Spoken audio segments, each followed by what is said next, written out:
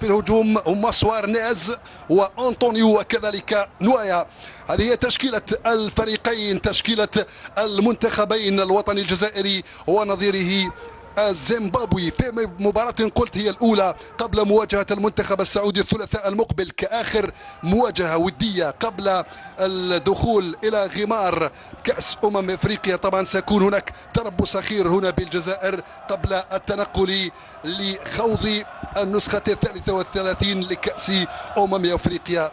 طبعا مواجهتان أقول لتحديد 90% من التشكيلة التي ستخوض الكان وربما يزيد عن ذلك من التركيبة والتعداد رغم الغيابات بداعي الإصابات. حكم المباراة يعطي صيبة القبائل أقول سنتين بالعيد اللاعب السابق الاتحاد الجزائري مباشرة لأنطونيو في محاولة للدخول.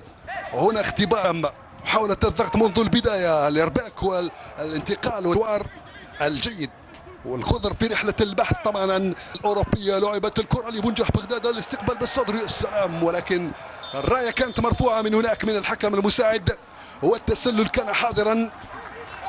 الراية كانت مرفوعة في حدود الدقيقة من بالنصر مباشرة لبالعيد لاعب شبيبة القبائل ديسليغا مازا وعمورة المتألقين مع فولسبورغ من الزاوية التي يفضلها والتوزيع موجودة. المتابعة هنا استعمل المراوغة، إبراهيم عنده مراوغات جميلة ولكن التوزيع فرصة جادة. هنا العودة الجميلة يا سلام لعمورة، يلا يا عمورة يلا يا عمورة تدرج حاولت البحث عن البينيات بغداد بنجاح هنا عمورة هنا عمورة يستغل الكرة تلعب ولا من هناك خطيرة الكرة والعودة الدفاعية الكثيفة والاستفادة. هذا قال الحكم في هذه اللقطة في هذه الكرة أعلن عن خروج الكرة وعدم وجود الركنية. شاهد الانطلاقة والتدارك الدفاعي هنا. عودة السريعة عمورة محمد الأمين هذا ما يبحث عنه الهدف الأول للمنتخب الوطني الجزائري جاء مبكرا مثل ما تمنينا مثل ما انتظرنا في بداية الدقيقة 14. تمريرتان ساحرتان، الأولى مفتاحية من إبراهيم مازا والثانية تمريرة حاسمة من محمد الأمين عمورة، سهلة وبسيطة بالسهل الممتنع. هذا ما نريده في التدرج في البناء في الكرة السهلة في التمريرات القصيرة. هذه هي كرة القدم السهلة الممتعة الماتعة.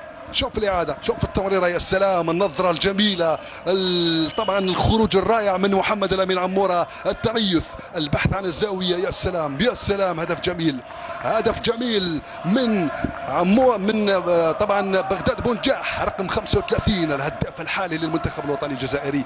لا يزال يسجل ولا يزال الجدار الدفاعي بالنسبة للخضر. تلعب الكرة الدفاع يتدخل. لم يسبق وان شاهدنا هذه التركيبه الدفاعيه لعبه الكره الراسيه ولكن تلعب في القائم الاول. والمتابعه هنا اختبار تسجيل مناد في مناسبتين وماجر في المناسبه الثالثه.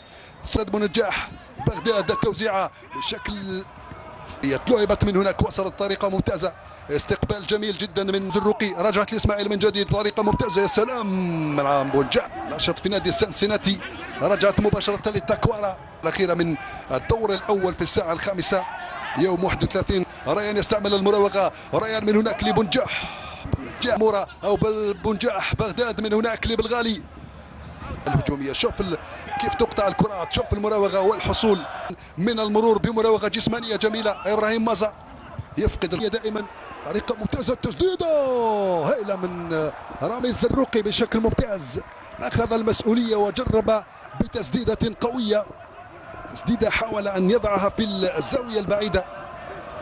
شوف راميز اخذ الثقه في النفس سبق له وان سجل بها في التغطيه في الانطلاق من الجهه اليسرى التبادل والتقاطع. هنا الكره تلعب لصالح المنتخب الجزائري. اوي جديد الجهوي بتلمسان قبل الصف. محمد الامين يبحث عن التسديد ولكن بعيده تماما. كانت هناك مرونه كبيره في المناصب في المواقع مع بغداد بنجاح. رفيق من جديد يستعمل المراوغه رفيق بالغالي داخل المنطقه. رميز من جديد عادت الكره يبحث عن التوزيع ولكن الدفاع غالي لاعب نادي فيرونا الايطالي يتمكن من الدفاعيه. تبقى الخطوره للمنتخب الكرات حذاري من هذه التوزيعات والدفاع. جوان عمورة يصنع الخطورة، عمورة التسديدة، يا سلام يا سلام. الهدف الثاني من محمد الأمين عمورة. عمورة وفي لتقاليده، إن لم يسجل يمنح كرة، إن لم يخطف الكرة يصنع الخطورة ويضع الكرة في الشباك. الهدف الثاني محمد الأمين عمورة، قناص هداف متابع للكرات، يسجل ثاني أهداف المباراة لمصلحة المنتخب الوطني الجزائري بحلول الدقيقة 40. 1 لبونجاح و1 لعمورة، في انتظار القادم، في انتظار المزيد. محمد الأمين عمورة يبلغ هدفه رقم 20. شوف الإعادة، تابع الإعادة، واحدة من عمورة لبغداد والثانية من بغداد لمحمد الأمين، ولا يضيع حينما تهدى له مثل هذه الكرات. تسديدة قوية لا يمكن التعامل معها في العارضة الأفقية، يسبق الكرة ويضغط على حامل الكرة والتماس لمصلحة الغالي. يفضل الدخول، يفضل المراوغة، ولكن أكثر من الاحتفاظ بالكرة الجميلة. صاحب المهارة العالية إبراهيم، الهدف الثالث،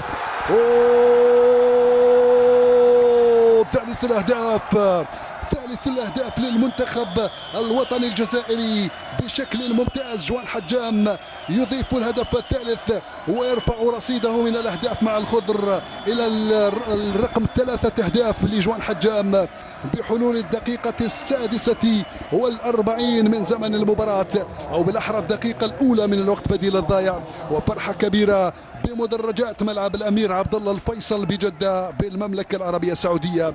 جوان حجام يضيف الثالث للخضر، وسيناريو ولا أروع بالنسبة للمنتخب الوطني الجزائري، في انتظار طبعا الشوط الثاني وفي انتظار المباراة الثانية أمام المملكة العربية السعودية. شوف الانسجام السهل الممتنع في ظل الأخطاء الدفاعية. في الأيسر وصلت لماسواريز والتوزيع، ولكن الدفاع بغداد يحاول يوجد رميز الروقي موسجع الكرة.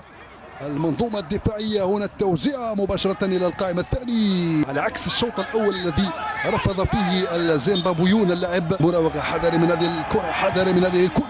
تغطية دفاعية من هناك، موضوع في نوادي تنزانية وغير ذلك.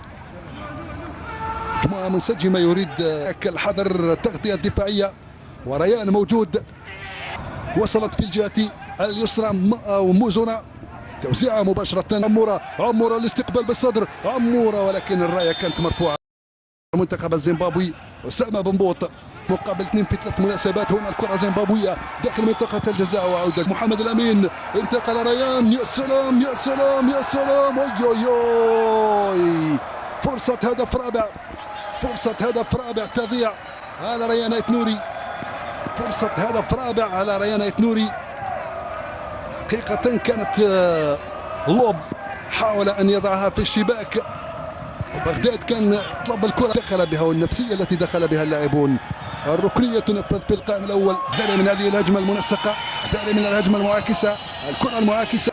وصلت من هناك لبرغالي، رفيق التوزيعة بطريقة ممتازة من رفيق عمورة أو بونجاح وعمورة. وجوان حجاج ثانية من حيث جاءت لي حاج موسى، ولكن التغطية الدفاعية مباشرة. الكرواتي في الجولة السابقة في مصلحة أفضل لاعب في كان 2019 الذي توج به المنتخب. تلعب الكرة، يفضل القائم الأول المتابعة الدفاعية. طبعا خطيرة من هناك، ضغط على حامل الكرة. هنا الكرة وصلت من رفيق ممتازة، يا سلام يا سلام. دفاع المنتخب الزيمبابوي يبعد الخطر وينهي الهجمة بصعوبة كبيرة أمام الحارس ساروبو. عادة بن زرقان لرفيق حاج موسى، زرقان حاج موسى بفنياته، وصلت لزروقي. يوسف بقرار في الضغط على حامل الكرة. قلت بأن الكرة المعاكسة التي قد تصنع الفارق. في بقرار منصف يبحث عن المرور، منصف بقرار، والدفاع زروقي، والدفاع مباشرة إلى حارس مرمى المنتخب الزيمبابوي الذي يرى 30 هدف. حديث متواصل بين العودة إلى مهدي دروفال، وصلت بطريقة ممتازة في أول لمس له